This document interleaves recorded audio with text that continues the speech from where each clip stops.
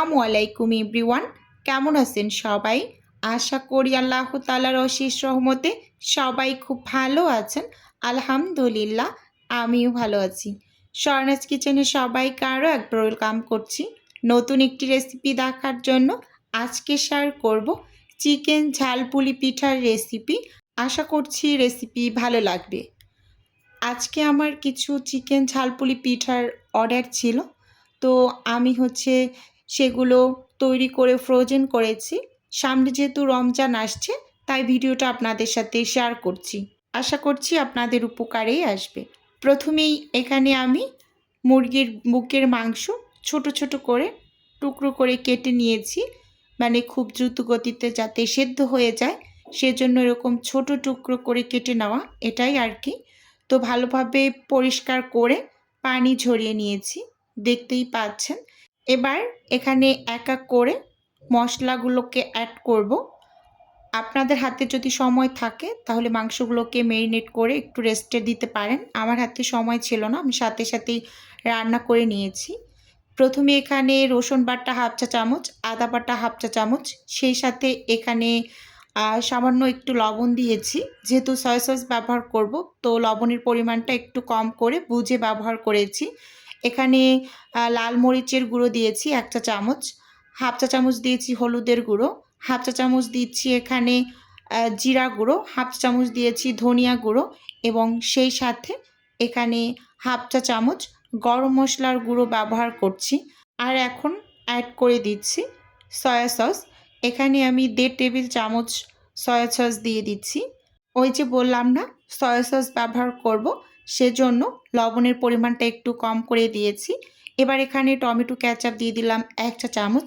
এবার সব কিছু একসাথে খুব সুন্দরভাবে মেখে নিচ্ছি। চাইলে কাজটা কেউ হাত দিয়ে করে নিতে পারেন, যেহেতু আমি অর্ডারের জন্য রেডি করছি, তো হাতটা একটু কম লাগানোরই চেষ্টা করছি। খুব সুন্দরভাবে মেখে তারপর এগুলোকে রেস্টে দিতে পারেন। আমি যেহেতু নাস্তাগুলোকে তৈরি করে ফ্রোজেন করে ডেলিভারি দিব, তো সেজন্য আমি আর কোনো রকম রেস্টে রাখছি না, একেবারে সরাসরি আমি রান্না করে নিচ্ছি। তো চলুন এবার এগুলোকে আমি ভেজে নেব। তো চুলোতে এখানে আমি একটা প্যান বসিয়ে দিয়েছি এবং সেই সাথে চুলোটা কিন্তু অন করে নিয়েছি। এবার প্যান গরম হয়ে আসার পর এখানে আমি একটু বেশি করে তেল দিয়ে দিয়েছি, যেহেতু আমি মাংসগুলোকে ফার্স্ট টাইম একটু ভেজে নেব। তারপর বাদ বাকি পেঁয়াজ, কাঁচামরিচ, আলু এগুলো সব পরে অ্যাড করব, সেজন্য একসাথেই আমি তেলটা দিয়ে নিয়েছি। তো কেউ আবার মনে করতে পারেন যে তেলের পরিমাণ অনেক বেশি, একসাথে দেওয়ার কারণেই তেলের পরিমাণটা একটু বেশি হয়েছে দেখতে, এরকম আর কি। তো এবার আমি মাংসগুলোকে এই তেলের মাঝে খুব সুন্দরভাবে ভেজে নেব। যেহেতু বেস্ট পিস ব্যবহার করা হয়েছে, তো ভেজে নিতে নিতে মাংসগুলো খুব সুন্দরভাবে সেদ্ধ হয়ে যাবে। আর চুলার আঁচ কিন্তু আমি মিডিয়াম করে রেখেছি, একেবারে লো করে রাখিনি। এবার কিন্তু খুব সুন্দরভাবে ভেজে নিচ্ছি। 4 থেকে 5 মিনিটের মতো কিন্তু আমি ভেজে নেব। সত্যি কথা বলতে এই চিকেন ঝালপুলি পিঠাটা খেতে মাশাআল্লাহ খুবই ইয়াম্মি হয়। সামনে যেহেতু রমজান আসছে, আপনারা এভাবে করে তৈরি করে কিন্তু ফ্রোজেন করতে পারেন। অনেক ধরনের আইটেমই কিন্তু অনেকেই ফ্রোজেন করে। আপনারা চাইলে কিন্তু এই চিকেন ঝালপুলি পিঠা তৈরি করে ডিপ ফ্রিজে ফ্রোজেন করে ইফতার টাইমে কিন্তু একেবারে বের করে ঝটপট ভেজে নিতে পারেন। তো খুব সুন্দরভাবে কিন্তু একটু ভেজে আমি ঢাকনা দিয়ে ঢেকে মাংসগুলোকে একটু সিদ্ধ করে নিয়েছি, এরকম আর কি। দেখুন মাংসগুলো কিন্তু খুব সুন্দরভাবে সেদ্ধ হয়ে গিয়েছে। আমি স্প্যাচুলা দিয়ে একটু চেক করে নিচ্ছি। এখন এই মাংসগুলো আমি তেল ঝরিয়ে তুলে নিচ্ছি। ওই যে বললাম না প্রথমেই যে তেলের পরিমাণ একটু বেশি দিয়েছি, মানে তেলটাকে আমি একেবারে প্রথম অবস্থাতেই দিয়ে নিয়েছি। এখন মাংসগুলোকে আমি তুলে একটু ঠান্ডা করে হাত দিয়ে একটু ভেঙে নেব। আর এই তেলের মাঝেই কিন্তু এখন আমি একটু বেশি করে পেঁয়াজ কুচি দিয়ে দিচ্ছি। দেখুন পেঁয়াজ কুচি এবং সেই সাথে একটু বেশি করে কাঁচামরিচ কুচি দিয়ে দিচ্ছি। যে আপুর এই চিকেন ঝালপুলি পিঠাগুলো অর্ডার আছে, তো আপু একটু ঝালের পরিমাণ বেশি দিতে বলেছে, যে আপু ঝালটা যাতে একটু একটু বেশি হয়, তারা পছন্দ করে এরকম। তো কাঁচামরিচ কুচিটা প্রথম অবস্থায় আমি কিছু দিয়েছি, আবার শেষের দিকেও কিছুটা ব্যবহার করব। তো এরকম এই যে খুব সুন্দরভাবে এই পেঁয়াজটাকে নরম করে একটু ভেজে নেব, মানে 3 থেকে 4 মিনিটের মতো এই যে ভেজে নিয়েছি। এখন যে মাংসগুলোকে আমি তুলে নিয়েছিলাম, একটু ঠান্ডা হয়ে আসার পর আমি এই যে একেবারে হাত দিয়ে একটু ভেঙে নিয়েছি। তো এখন সব কিছু একসাথে এই যে নেড়ে চেড়ে মিশিয়ে নিচ্ছি। এভাবে করে চিকেন ঝালপুলি পিঠা তৈরি করলে কী যে মজা লাগে খেতে, আসলে বলে বোঝানোর মতো না।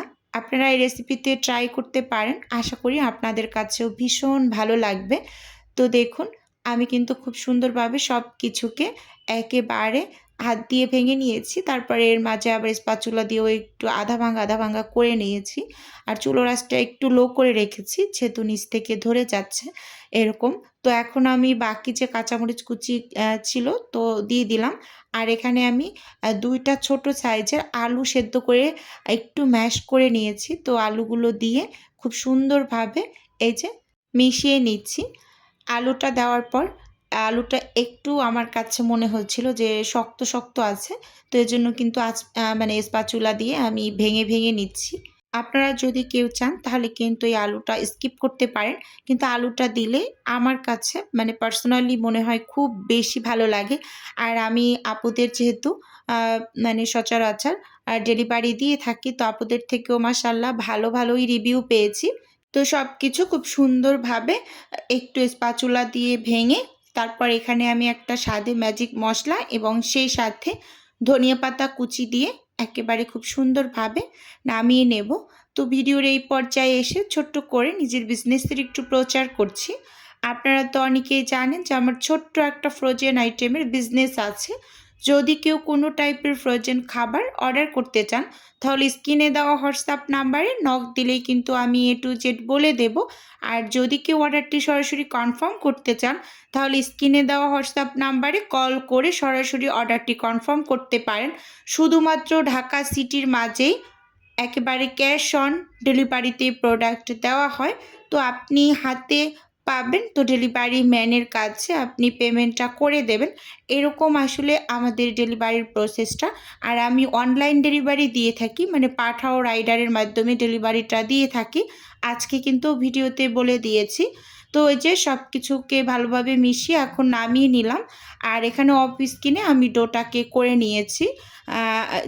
যেরকম আমরা সেদ্ধ আটার রুটি তৈরি করি, তো ওইরকম গরম পানির ভিতরে ময়দা দিয়ে খুব সুন্দরভাবে একদম ডোটাকে রেডি করে নিয়েছি। এবার ডোটাকে আবার একটু হাত দিয়ে ভালোভাবে মথে তারপর এখান থেকে ছোট করে লেচি বের করে আমি রুটি তৈরি করে নিচ্ছি। আর ডোটা আপনারা যদি খুব ভালোভাবে তৈরি করতে পারেন, খুব স্মুথ হবে, মানে ডোটা। আর রুটিগুলো খুব সুন্দর হয়, দেখতেই পাচ্ছেন খুব সুন্দরভাবে আমি কাইটাকে প্রথমে মেখে তারপর এটার থেকে ছোট লেচি বের করে এবার এই যে আমি এরকম প্যারা শেপ করে নিয়েছি সবগুলো। এবার একটা প্যারা থেকে আমি রুটি তৈরি করে নিচ্ছি, উপরে কিছু শুকনো ময়দা ছিটিয়ে তারপর রুটি তৈরি করে নিচ্ছি। আসলে রোজা তো একেবারে চলেই এসেছে, তো এজন্য একটু কাজের প্রেশারও বেশি। আপুদের অনেক অর্ডারও জমে গিয়েছে। যেহেতু আমি একা হাতে কাজ করছি, তো রোজার আগে আস্তে করে সব কাজগুলোকে মানে দিয়ে দিচ্ছি, তৈরি করছি, ডেলিভারি দিচ্ছি। এরকম মানে যারটা যখন আসছে শিডিউল অনুযায়ী যাচ্ছে এরকম আরকি। তো এখানে রুটি তৈরি করে আমি রুটি থেকে অনেকগুলো ছোট রুটি কেটে নিয়েছি। এখন হচ্ছে আমি মানে এক করে পিঠাগুলোকে বানিয়ে নেব। আসলে এরকম করে যদি আ প্রথম অবস্থায় রুটি তৈরি করে মানে কেটে নেওয়া হয়, তাহলে তাড়াতাড়ি করে কাজ করে নেওয়া যায়। আসলে গুছিয়ে কাজ করলে কিন্তু অনেকটা সময় ধরে আপনি কাজ করতে পারবেন। এলোমেলো করে কাজ করলে কিন্তু মানে একটুতেই হাঁপিয়ে ওঠে, এরকম ভালো লাগে না কাজ করতে। তো এজন্য একটু গুছিয়ে কাজ করি। যেহেতু একা, একা কাজ করি সেহেতু মানে একটু গুছিয়ে টুছিয়ে কাজ না করলে আসলে হয় না। তো এই যে দেখুন এখানে কিন্তু খুব সুন্দরভাবে সব ঝালপুলি পিঠাগুলো এখানে বানিয়ে নিয়েছি। এবার হচ্ছে এগুলোকে আমি আগে ফ্রোজেন করব। তারপর হচ্ছে ডেলিভারি দিয়ে দেব। তো একটা আপুর ঝালপুলি পিঠার সাথে তার কিছু হচ্ছে রোলের অর্ডার ছিল, মানে চিকেন রোলের অর্ডার ছিল। তো সেগুলোও আমি বানিয়ে নিয়েছি। তো একসাথে কিন্তু ডেলিভারিটাও করে দিয়েছি। তো এই যে দেখুন এখন ফ্রোজেন করে নিয়েছি। এবার এই যে ডেলিভারির জন্য রেডি করে নিয়েছি। তো এগুলো হচ্ছে ডেলিভারিতে পাঠিয়েও দিয়েছি। তো আজকের ভিডিও এ পর্যন্তই রাখছি। দেখা হবে নতুন কোনো ভিডিওতে। আল্লাহ হাফেজ।